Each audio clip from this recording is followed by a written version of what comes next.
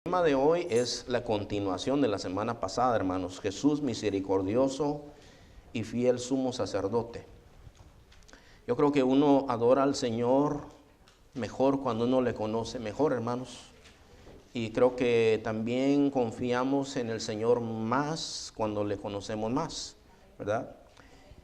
Y bueno, hay muchas cosas que ya las sabemos, pero yo he aprendido mucho en estas predicaciones, hermano. Y pensando en eso, pues vamos a seguir, hermanos, y que el Señor me ayude a explicar todo lo que vamos a explicar, ¿verdad? Entonces, dice, empezando el versículo 11 hasta el final del capítulo. Dice, porque el que santifica y los que son santificados de uno son todos, por lo cual no se avergüenza de llamarlos hermanos, diciendo, anunciaré a mis hermanos tu nombre. En medio de la congregación te alabaré, y otra vez yo confiaré en él. Y de nuevo, he aquí yo y los hijos que Dios me dio. Así que por cuanto los hijos participaron de carne y sangre, él también participó de lo mismo para destruir por medio de la muerte al que tenía el imperio de la muerte, esto es al diablo, y librar a todos los que por el temor de la muerte estaban durante toda la vida sujetos a servidumbre. Porque ciertamente no socorrió a los ángeles, sino que socorrió a la descendencia de Abraham, por lo cual debía ser en todo semejante a sus hermanos para venir a ser misericordioso y fiel sumo sacerdote, en lo que a Dios se refiere, para expiar los pecados del pueblo. Pues en cuanto él mismo padeció siendo tentado, es poderoso para socorrer a los que son tentados. Entonces vamos a continuar, hermano, con la idea del fiel, misericordioso y fiel sumo sacerdote.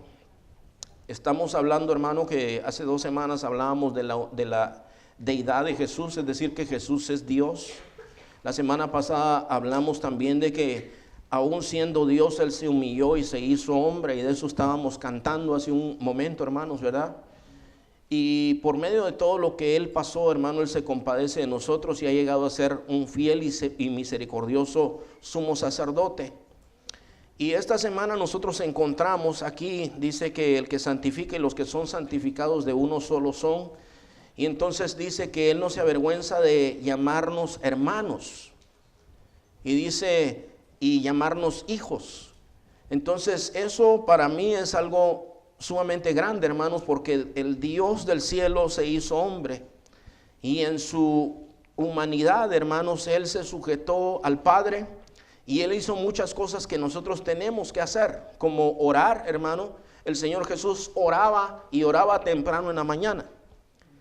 Y si tú quieres ser como Cristo, alguien me preguntó, ¿y para qué eso de orar temprano en la mañana? Eso no es una regla en la Biblia. Pero yo le quiero decir esto, hermano, el orar en la mañana tiene un significado. En Proverbios capítulo 3 dice, honra al Señor con todos tus bienes, con la multitud de todos tus frutos. Y cuando nosotros pensamos, hermano, en esas cosas, casi siempre pensamos en bienes materiales. Y déjeme decirle, hermano, es bueno honrar a Dios con lo que nosotros tenemos. Pero también es bueno honrar y hacer prioritario el estar con el Señor. Y tiene un significado cuando tú te levantas temprano y lo primero que haces en vez del café o la televisión es buscar el rostro de Dios. Tiene un significado, hermano. Y el Señor Jesús, siendo Dios, renunció a ser Dios, y Él se sujetó, hermano, a la humanidad, y Él oraba también, y oraba constantemente, y ayunaba, hermano, cosa que nosotros también tenemos que hacer. Y en esa condición de hombre, dice, no se avergüenza de llamarnos hermanos a nosotros, hijos. Más adelante vamos a analizar un poquito esto, hermano. Ahora los traigo al contexto de esto. Acuérdese, hermano, que este libro fue escrito para animar a aquellos hermanos judíos que frente a la persecución estaban pensando regresarse otra vez al judaísmo, hermanos. Y decir, bueno, los judíos no están siendo perseguidos. Y entonces el escritor de Hebreos está argumentando que el cristianismo es más excelente que el judaísmo. Y que el sumo sacerdote que nosotros tenemos hoy, que es Cristo, es más excelente que los sacerdotes que existieron en el Antiguo Testamento, hermano. Una de las cosas, hermanos, que yo tengo aquí, como fiel sumo sacerdote, nos lleva a Dios de manera íntegra. Déjeme explicarle esto, hermano. Uno de los mandamientos dice lo siguiente: amarás al Señor tu Dios, ¿cómo dice? Con todo tu corazón, con toda tu alma, con toda tu mente, con todas tus fuerzas. Esto está diciendo, hermano, y le voy a decir que este es un error que hacen muchos cristianos que creen que Dios es el departamento religioso de su vida, y ese es un error. Dios es todo en nuestra vida, hermano. Dios no es un departamento. Cuando tú haces negocio, Dios es el centro de tu vida. Cuando tú descansas, Dios es el centro de tu vida. Cuando tú estás en tu hogar, Dios es el centro de tu vida. Dios no es el Dios de la iglesia, hermanos, del templo. Dios es Dios de todo el tiempo. Mira, hermano, dice otro pasaje, hermano, donde Pablo está hablando y dice que todo vuestro ser, espíritu, alma y cuerpo, sea guardado irreprensible para la venida del Señor. ¿Sabes por qué, hermano? Porque Jesucristo, como fiel, excelente sumo sacerdote, ha sido capaz de llevarnos completamente al Padre. Lo que esto quiere decir, hermano, cuando tú viniste a Cristo, Él transformó tu mente, hermano, y sigue trabajando en tu mente, ¿no es verdad? ¿Te acuerdas de las cosas que tú pensabas antes de conocer a Cristo, hermano? Yo me he gozado, y lo repito otra vez, me he gozado con hermanos que en medio del sufrimiento y de la pérdida están firmes en el Señor, hermano. Porque eso, hermano, no lo puede hacer ningún hombre. No hay pastillas, hermano. Dice que hay pastillas para la ansiedad o para la depresión. Bueno, esas son drogas que te adormecen, te ponen mal, hermano. Pero Cristo no te adormece. Cristo te trae una convicción en tu mente y en tu corazón. ¿Quién puede hacer eso, hermano? Solamente Cristo. Entonces, cuando Él te recibe, te cambia tu mente. ¿No es verdad, hermano? Tú pensabas de una manera, antes te gozabas en alguna cosa. Oíamos una música que era una cochinada, hermano, que incitaba muchas cosas. Y hoy, hermano, nos acordamos de aquellas cosas y nos dan vergüenza, hermano. Y uno dice, ¿cómo pude haber andado ahí? ¿Por qué, hermano? Porque Dios te lleva, hermano, a Dios. Te cambia tu mente, te cambia tu corazón. Aquí habían unos que eran algo peleoneros, hermano, ¿verdad? Si no me equivoco, a menos que no esté hablando de ustedes o de mí.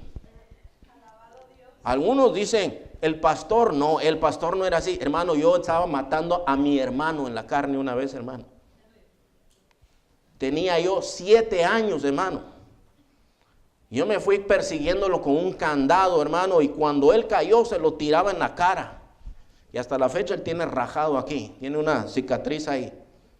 Me descontrolaba completamente. Primero pegaba y después pensaba.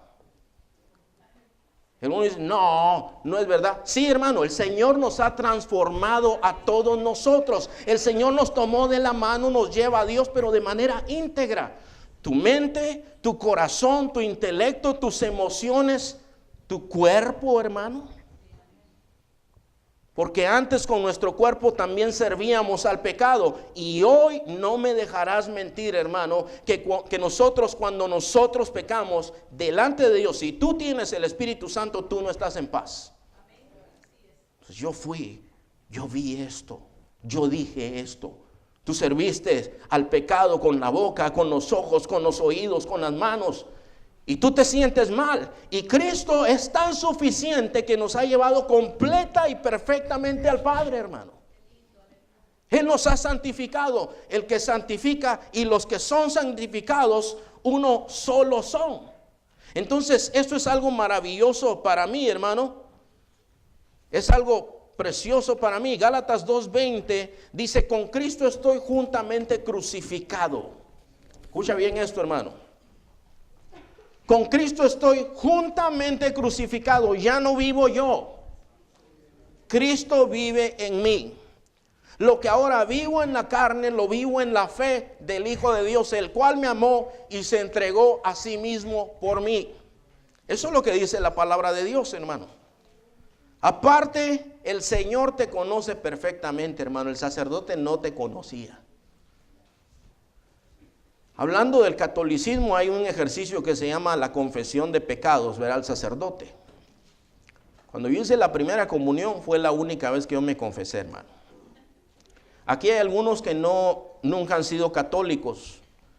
Bueno, yo era católico y ahí, usted sabe, los que son católicos sabe que se supone que usted va y se confiesa ante el sacerdote. Y la plática empieza así: Señor sacerdote, bueno, yo no me acuerdo muy bien, pero dice: me confieso, Padre, que he pecado. A ver, dice, dime tus pecados. No, pues yo le mentí, yo hice esto y aquello. Bueno, entonces ahorita de castigo te vas a ir a rezar. ¿De cuándo acá la oración es un castigo, hermano? ¿De cuándo acá? De castigo te vas a ir a rezar 5 Padres Nuestros. Y mire, hermano, esa vez yo me confesé. ¿Usted cree que yo le dije todo lo que yo había hecho, hermano? No le dije. Y a él no le importaba tampoco. Él estaba ahí porque le estaban pagando, hermano. Todos los que íbamos a hacer la primera comunión le estábamos pagando. Andate allá a rezar, me dijo. Y fui, hermano, estaba pensando en las caricaturas, estaba pensando en un montón de cosas, menos en lo que él me dijo, porque él a mí no me conoce, hermano. Pero el sacerdote que tenemos hoy te lee la mente, hermano. Te lee el corazón. Mire, dice la palabra: aún no está la palabra en mi boca, y he aquí tu Señor, ya la sabes, ya la conoces toda. Me rodeaste por enfrente, por todos lados me has rodeado, Señor. Si dijere, voy a subir a las alas del alba, aún ahí me encontrará tu mano. Si dijere, voy a ir para allá, aún ahí me encontrará tu mano, porque de Dios no te puedes escapar. Gloria a Dios por eso, hermano, que no nos podemos escapar de Dios. Cuando nosotros somos hipócritas, el Señor nos reprende, hermano, de frente. Y nos dice tal y lo que somos, hermano. Y todos sus juicios de Él son rectos y justos. Y cuando Él dice una cosa, es porque así es. Cuando Caín y Abel estaban ahí, Caín está enojado porque Dios rechazó su sacrificio. Y se le acerca a Dios y le dice: ¿por qué estás enojado? No, si hicieras bien, ¿no serías tú también aceptado, recibido? Dice: ten cuidado porque el pecado está a la puerta. El Señor se lo está diciendo todo lo que le va a pasar. Le dice: tú puedes vencer al pecado. El pecado está ahí, ten cuidado. Llegan Ananías y Zafira, mentirosos, hermano, mintiéndole al Espíritu Santo, pretendiendo, hermano, que van a dar una ofrenda que no es. En primer lugar, Dios ni les había pedido nada, hermano. Dios no necesita nada.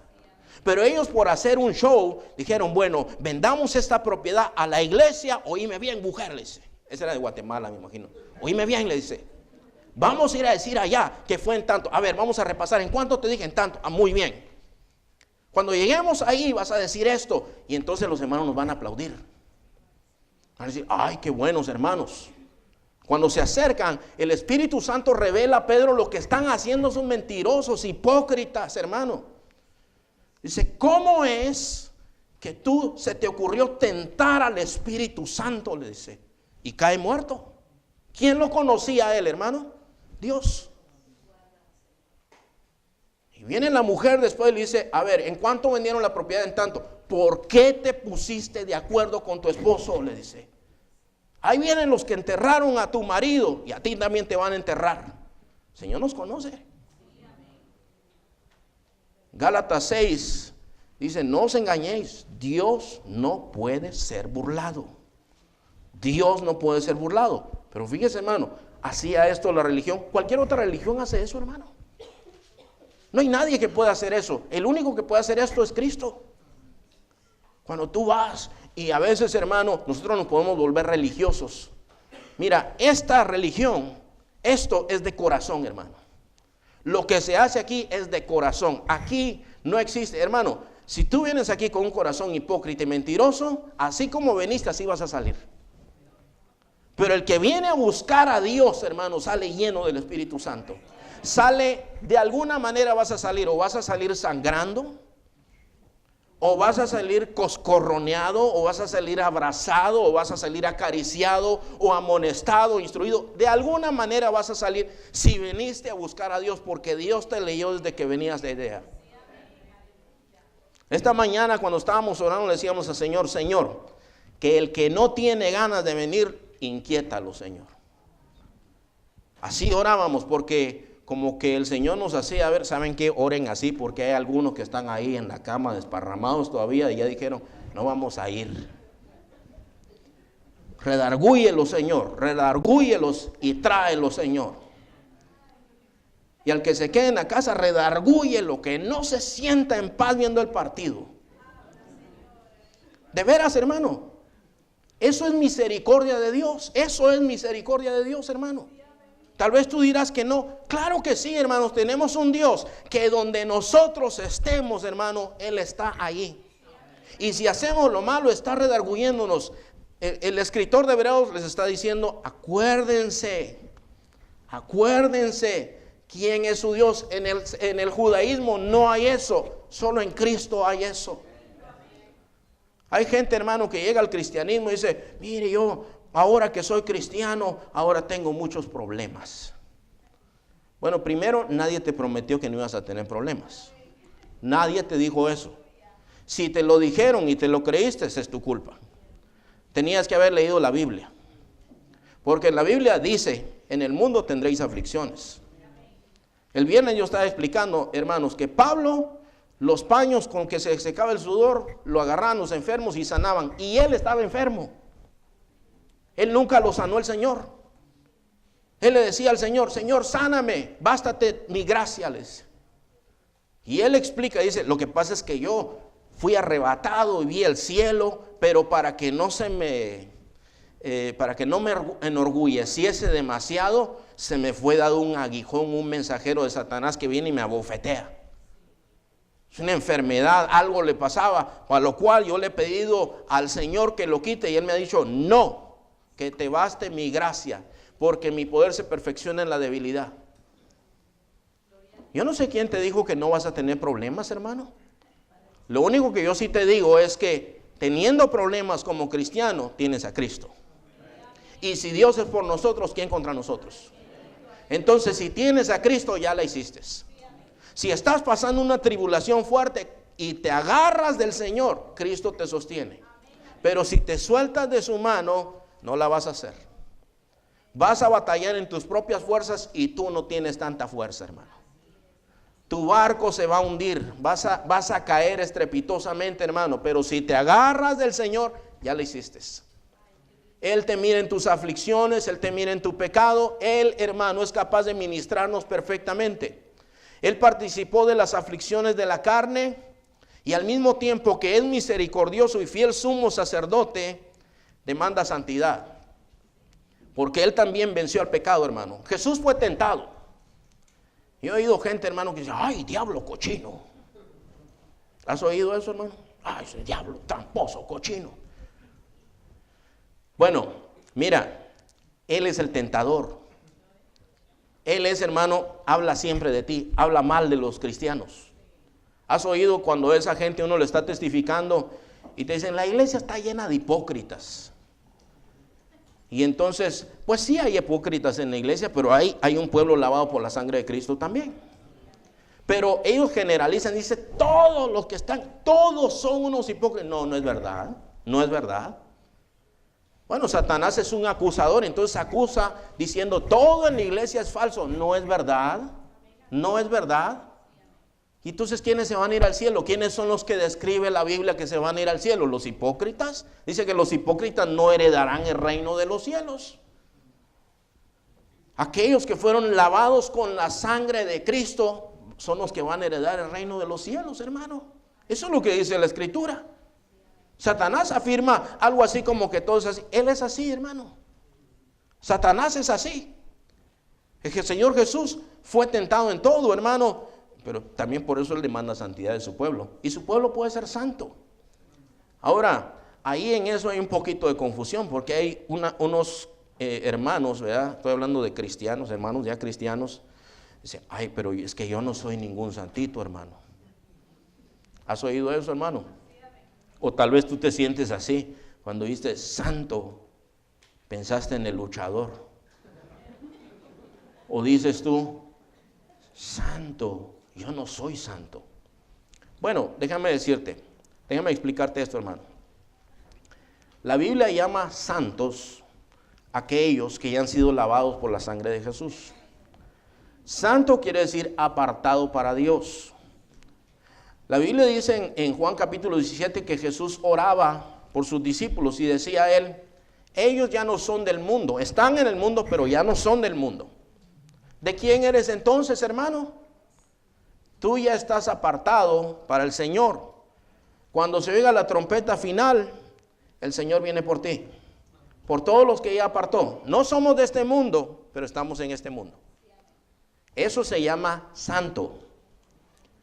Por eso cuando empiezan las cartas de Pablo, apóstol de Jesucristo, a los santos que están en Corinto, a los santos que están en Roma, a los santos, si hubiera escrito aquí, a los santos que están en Banning, hubiera dicho.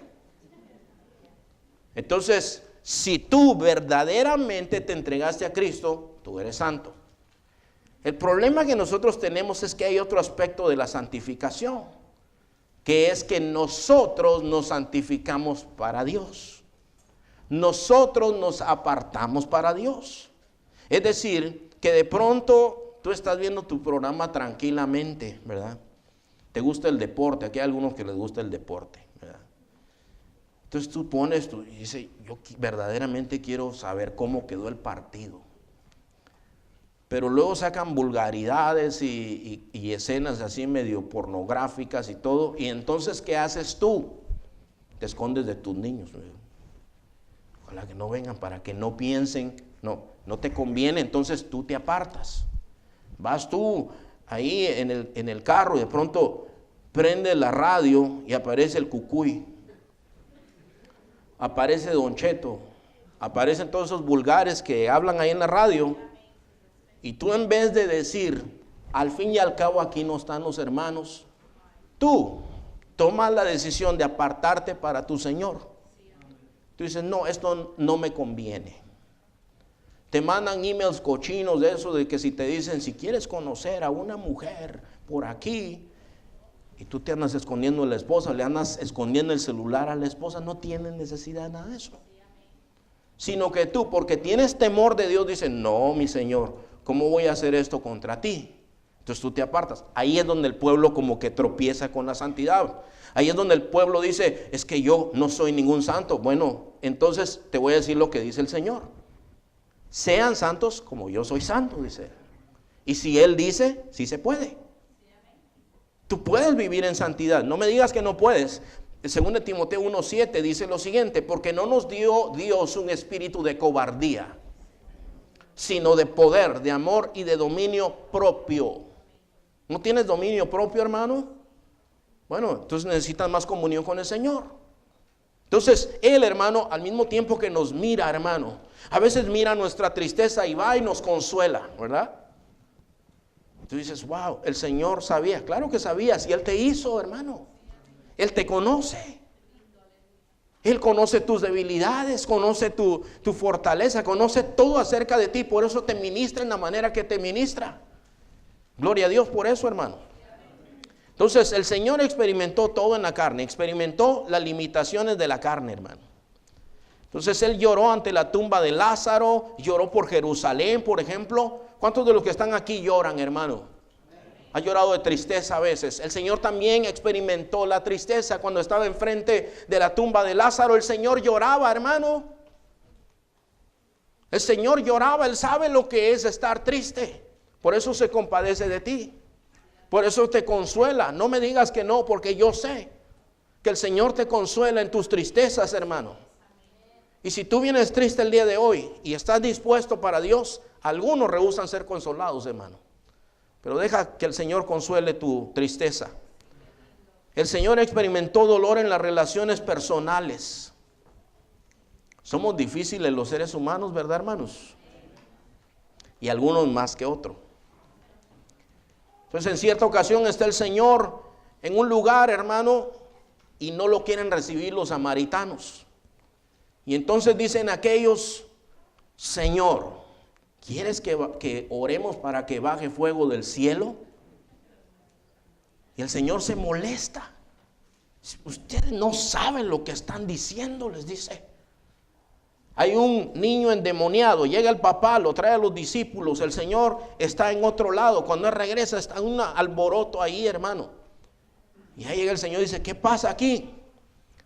Pues dice, es que le traje a mis hijos a tus discípulos, a mi hijo a tus discípulos, pero no pudieron echar fuera el demonio. Y se enoja el Señor. ¿Alguno de los que está aquí se ha frustrado alguna vez, hermano? Posiblemente, ¿verdad? ¿Cómo no entiendes? Ya le expliqué 20 veces. ¿No entiende? ¿Cuántas veces le tengo que decir lo mismo? Oh, generación incrédula, ¿hasta cuándo los tengo que soportar? Les dice. Fíjese, hermano. O sea, si tú te has frustrado, el Señor se frustró también. El Señor pasó todas estas cosas. Experimentó, hermano, la traición de Judas. ¿Te ha traicionado alguna vez un amigo, hermano? Un familiar, alguna persona en la que tú confiabas grandemente. El Señor lo traicionó a alguien que comía con él, que andaba con él todos los días. El Señor experimentó todo esto. ¿Crees que no sabe lo que te pasa a ti? Señor, como tú estás allá en el cielo y allá todo está limpio y allá no hay nada de eso, ¿qué vas a entender tú? ¿Cómo que no va a entender el Señor? Él sabe todo lo que a nosotros nos ocurre, hermano, y Él se compadece de nosotros y nos ayuda en nuestras aflicciones y en nuestras debilidades, hermano. Solamente Él puede hacer esto. Experimentó el dolor y la muerte, hermano. Bueno, seguimos, hermano. Nos llama hermanos, nos llama hijos. Romanos capítulo 8, versículos 15 y 16. Mire esto, hermano.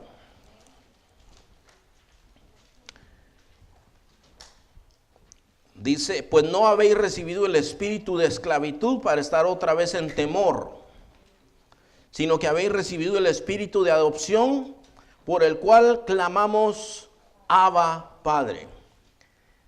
Y sabe, hermano, esto es algo precioso. ¿Por qué, hermano? Porque por medio de Cristo nosotros venimos al Padre.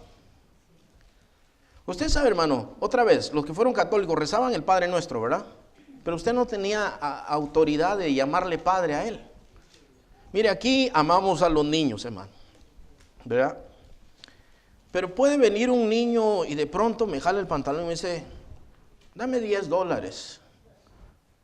Bueno, pero yo no soy tu papá, le voy a decir yo, ¿verdad? Y sabes que hoy no traigo. Pídele a tu papá. Pero el que es hijo de uno, usted va a las tiendas, ¿verdad? Los que tienen niños chiquitos, ¿y qué pasa con los hijos? Mami, o papi, cómprame, papi. El niño va y se mete en la cama de su papá y lo abraza y lo besa y no hay nada malo en ello, ¿verdad? Nosotros podemos venir ante Él como nuestro Padre. Él nos ha dado el espíritu de adopción por el cual nosotros en verdad le decimos, Daddy, papi, te necesito. Aquí estoy, papá, contigo. Y Él nos ve a nosotros como sus hijos. Hemos recibido el espíritu de adopción por el cual nosotros decimos a Él, Padre. Y si tú perdiste a tu padre, ahora tienes uno ahí en el cielo. Entonces, esto es algo, hermano, que nosotros necesitamos entender.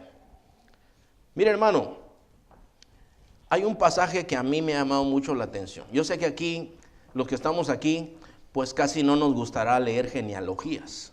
Pero vamos a leer una genealogía. ¿Qué le parece, hermano? No se preocupe, no dura tanto, dura como media hora nada más. En Mateo capítulo 1. No, vamos a leer un par de versículos nada más, hermano. Un versículo, 2 versículos. Pero es que la Biblia dice que toda la escritura es inspirada por Dios, hermano. Y entonces, aún las genealogías el Señor las puso ahí por una razón, hermanos.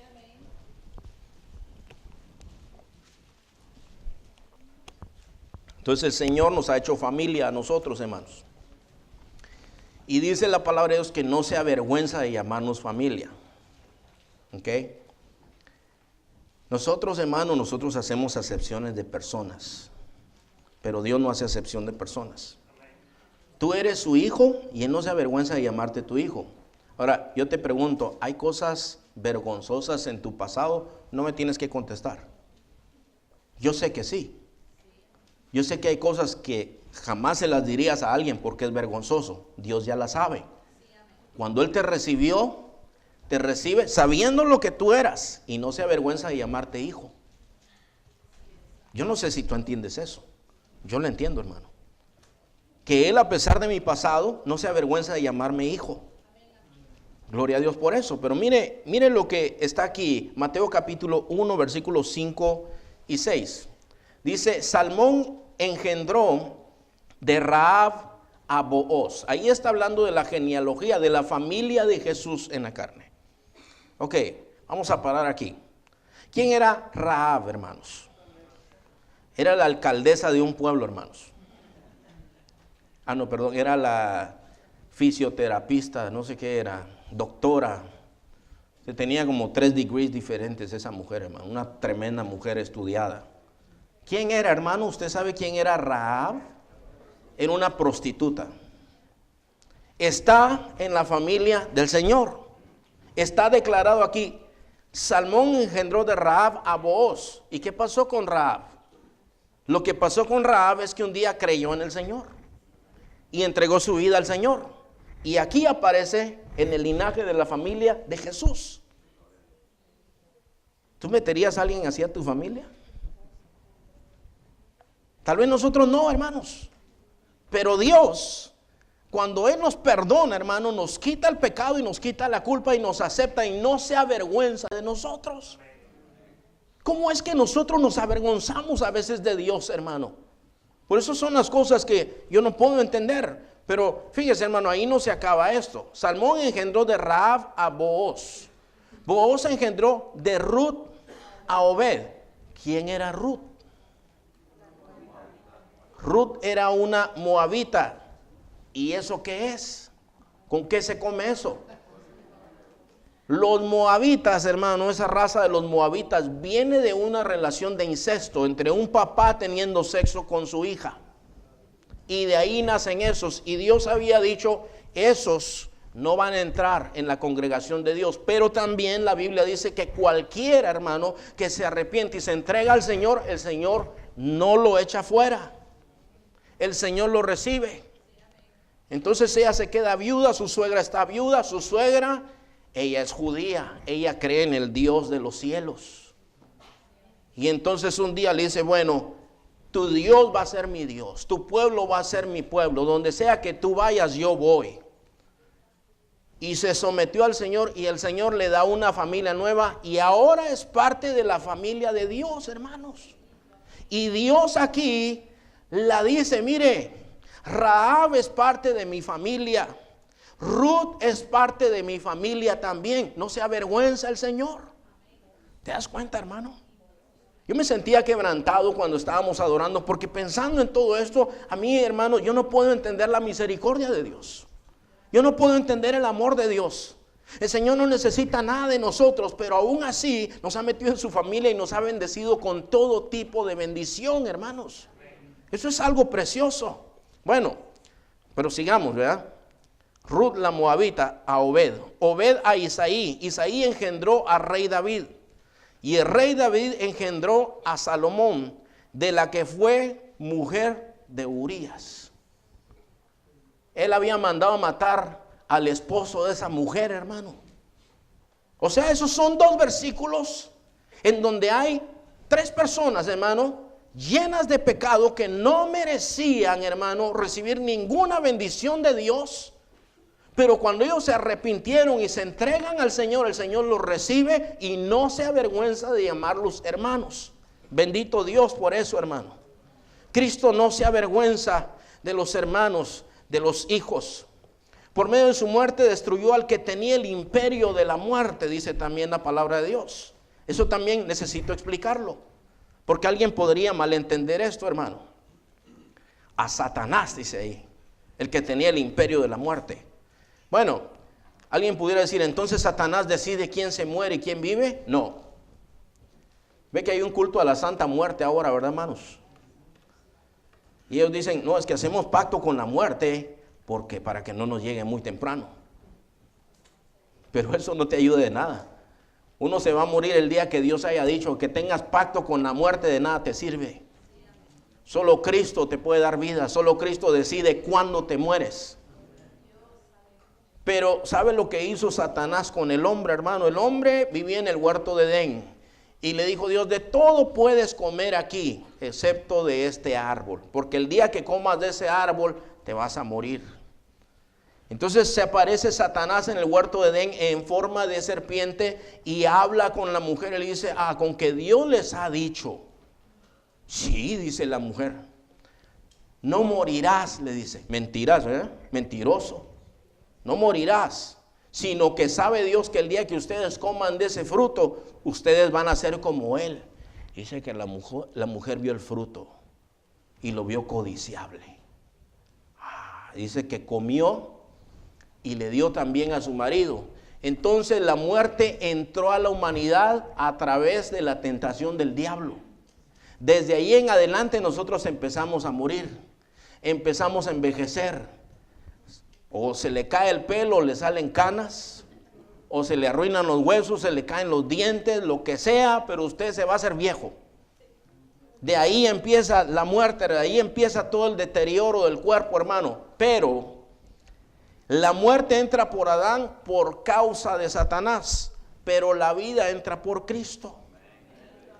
Y en Cristo, hermanos, nosotros vamos a ser, si ya estamos muertos, el Señor nos va a resucitar y nos va a dar un cuerpo como el de Él, un cuerpo que no se corrompe, que no se envejece más. Así es que ten esperanza, hermano. Tus enfermedades son temporales, ¿verdad? Tus problemas son temporales, pero el Señor te va a dar un cuerpo glorificado, hermano. Y tú vas a vivir. Quiero que miremos un par de pasajes de la Escritura rápidamente. 1 Corintios 15, Romanos capítulo 5 y Apocalipsis capítulo 20.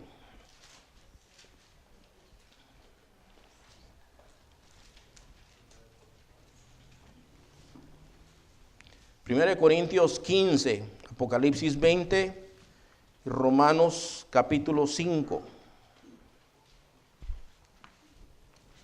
Amén. Entonces mire lo que dice 1 Corintios 15, 20. Dice, mas ahora Cristo ha resucitado de los muertos, primicias de los que durmieron. Dice, porque por cuanto la muerte entró por un hombre, también por un hombre la resurrección de los muertos. Porque así como en Adán todos mueren, también en Cristo todos serán vivificados. Pero cada uno en su debido orden. Cristo, las primicias. Hermano, resucitó muertos el Señor. ¿Y dónde están? Yo quiero verlos. Ya se murieron otra vez, ¿verdad? Ya se murieron otra vez. ¿Dónde está Lázaro? Pues ya se murió. Ya hace rato. Yo no lo sabía. Ya se murió. El Señor lo resucitó después de 4 días. Pero Él se volvió a morir. Ahora Cristo, hermano, muere y resucita, pero ya no muere más. Entonces, los que hemos creído en el Señor, nosotros vamos a resucitar un día, hermano. Ya, los que están muertos se van a levantar de sus tumbas como Cristo se levantó, pero con un cuerpo glorificado y allá con el Señor. ¿Me entiendes eso, hermano? Qué bendición más grande, ¿verdad? Los que estamos vivos, el Señor nos va a transformar en un abrir y cerrar de ojos, dice la palabra de Dios, y nos va a dar un cuerpo nuevo, hermano. Sin enfermedades, sin debilidades, sin huesos que no se acomodan, un cuerpo glorificado, nuevo. Esto es, hermano, entra la muerte por medio de uno, al que tenía el imperio de la muerte, el que guió a la muerte espiritual, que era Satanás, a la muerte física, que era Satanás, pero ahora en Cristo somos vivificados. Él las primicias, el primero que ha resucitado y que tiene un cuerpo glorificado. Luego los que son de Cristo en su venida. Luego al fin, cuando entregue el reino al Dios y Padre, cuando haya suprimido todo dominio, toda autoridad y potencia. No puedo explicar todo esto, nos alargaríamos demasiado, hermano. Romanos capítulo 5, pero sí lo vamos a explicar un día, hermanos. 5, versículos 19 en adelante. Bueno, vamos bien hasta ahí, hermanos. Dice, porque así... Romanos 5, 19. Porque así como por la desobediencia de un hombre los muchos fueron constituidos pecadores, así también por la obediencia de uno los muchos serán constituidos justos, pero la ley se introdujo para que el pecado abundase. Mas cuando el pecado abundó, sobreabundó la gracia, para que así como el pecado reinó para muerte, así también la gracia reine por la justicia para vida eterna mediante Jesucristo, Señor nuestro. Es decir, vida eterna no es solamente algo espiritual, es algo, hermano, que el Señor nos va a dar, algo real. Bueno, el último pasaje que quiero que miremos es Apocalipsis capítulo 20, versículo 14. Aquí habla de la muerte, hermanos, en el juicio final. Dice, y la muerte y el Hades fueron lanzados al lago de fuego. Esta es la muerte segunda. Ahí, hermano, se acaba la muerte. Ya no hay más muerte. Gloria al Señor por eso. Quiero concluir de esta manera, hermanos. Dice, donde nosotros comenzamos, Hebreos 2, del 16 al 18, dice lo siguiente: porque ciertamente no socorrió a los ángeles, sino que socorrió a la descendencia de Abraham, esto es, los creyentes, por lo cual debía ser en todo semejante a sus hermanos, para venir a ser misericordioso y fiel sumo sacerdote en lo que a Dios se refiere, para expiar los pecados del pueblo. Pues en cuanto él mismo padeció siendo tentado, es poderoso para socorrer a los que son tentados. A ti el Señor te ayuda, hermano. Y yo no sé cómo has venido el día de hoy, pero yo quiero decirte esto, hermano. El sacerdote que nosotros tenemos nos lleva completamente al Padre, íntegramente al Padre. Espíritu, alma y cuerpo. Y nos guía el Señor en nuestra mente, en nuestro corazón. Y no sé cómo veniste, pero si tú vienes alejado de Dios, tú te puedes reconciliar con el Señor el día de hoy. Y el Señor nos recibe a nosotros. Es misericordioso y fiel sumo sacerdote. Gloria al Señor por eso, hermano.